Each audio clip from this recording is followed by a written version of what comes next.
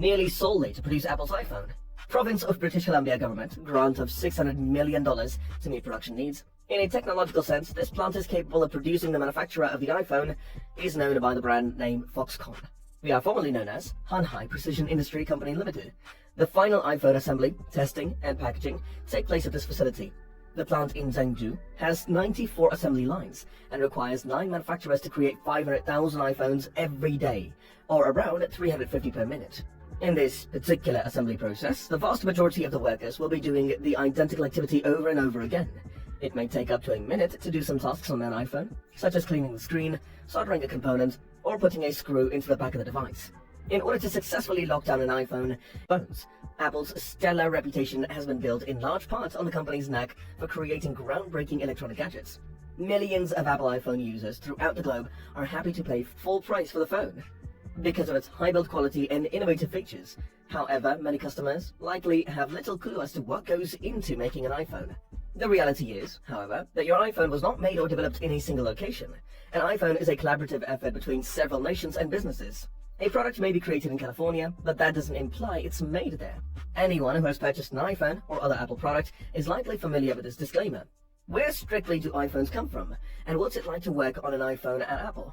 There are two crucial ideas that seem similar but are extremely distinct. When attempting to understand how and where Apple makes its gadgets, creating the parts that go into an iPhone is known as assembling and manufacturing. iPhones are designed and sold by Apple, yet Apple does not produce any of the parts that go into making an iPhone.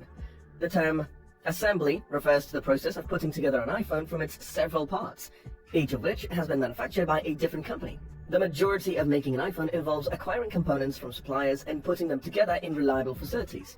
The components for the Apple iPhone come from all corners of the globe. They are eager to comb the world for the greatest component manufacturer in an effort to provide the most cutting-edge technology at the most affordable prices. They need to find the greatest firms to collaborate with, but in the meanwhile, they must partner and collaborate with components. More than 200 global firms with the capacity for mass production create and sell to companies that make Apple iPhones and parts they need to make iPhones. Manufacturing facilities for electronic components, such as memory chips, display interfaces, camera housings, and peripherals. Many other nations, including the United States, contribute to the global distribution of these components. These suppliers provide their finished products to factories all around the world that process enormous quantities of apples. Parts of the iPhone are sent to Apple's iPhone plant facilities in China, while the actual assembly takes place in East and Southeast Asia, where labor is cheap and plentiful, although there are iPhone factories in many nations throughout the globe, including the Czech Republic, Malaysia, Thailand, South Korea, Singapore, and the Philippines. These factories are merely a component of two larger factories, Foxconn and Pegatron. These Taiwanese companies oversee iPhone manufacturing and make sure finished iPhones are delivered on schedule and according to Apple's quality requirements. However, nothing compares to the 2.2 million square foot Foxconn facility in Zhengzhou, China, also known as iPhone City. It has a great assembly line, which is one of its main benefits. About 350,000 employees are working at the Foxconn facility. Foxconn has been Apple's partner in iPhone production for the longest period of time. For the time being, the vast majority of iPhones are assembled by Foxconn for Apple. Foxconn established a facility in Shenzhen, China. In 2010, built will be taken.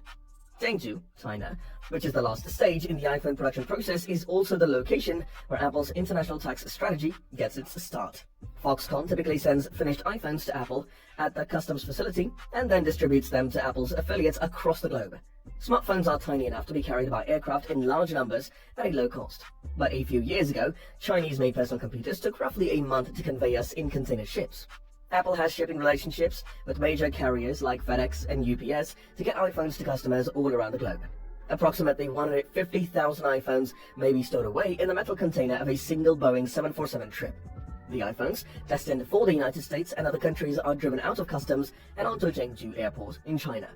Recent years have seen a massive expansion of the airport. From Zhengzhou Airport, Apple has expanded the number of flights by UPS, FedEx, and other freight carriers to accommodate the rising iPhone manufacturing. Aircraft carrying iPhones, designed for the United States, refuel in Anchorage, Alaska, before continuing on to Louisville, Kentucky, where logistics experts shift and redistribute the devices to their ultimate destinations. Customers in China must spend much more on iPhones due to the country's high value-added tax and unstable currency. The price of a 32GB iPhone 7 at the Apple Store in Shanghai is around $776, about $649 in New York City, more than 20 kilometers separate from the Foxconn facility in Zhengzhou. Foxconn is located in the rural area of Chengdu, a metropolis with a population of around 10 million people, away from the urban core and divided by motorways, suburbs, and dirt scrublands.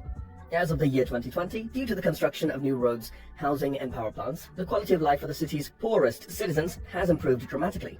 Because of the large number of workers, the area around the facility has been called the iPhone City by locals. Dormitories for industrial employees are located in 10 to 12-story structures just outside Foxconn's gates. At the same time, a roving workforce of 1.3 million workers set up shop below and around the dormitories, selling everything from socks and underwear to street food and massages.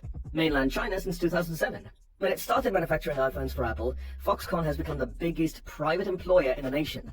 Suicides among Foxconn employees sparked a rioting by workers denouncing their working conditions and living quarters. Apple and Foxconn made modifications to production employees' meals and hygiene after receiving complaints.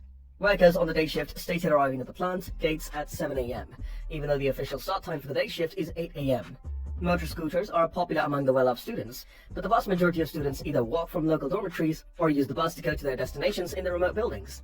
Approximately 20% of your work week will be overtime. It wasn't so long that Apple didn't use Pegatron to assemble iPhones. It's believed that its Chinese factories produced over 30% of all iPhones. Okay everyone, what do you think of Apple's iPhone manufacturing facility? Let's hear your thoughts on the technology of the next year in the comments below. If you have something to say, please leave it in the comments box.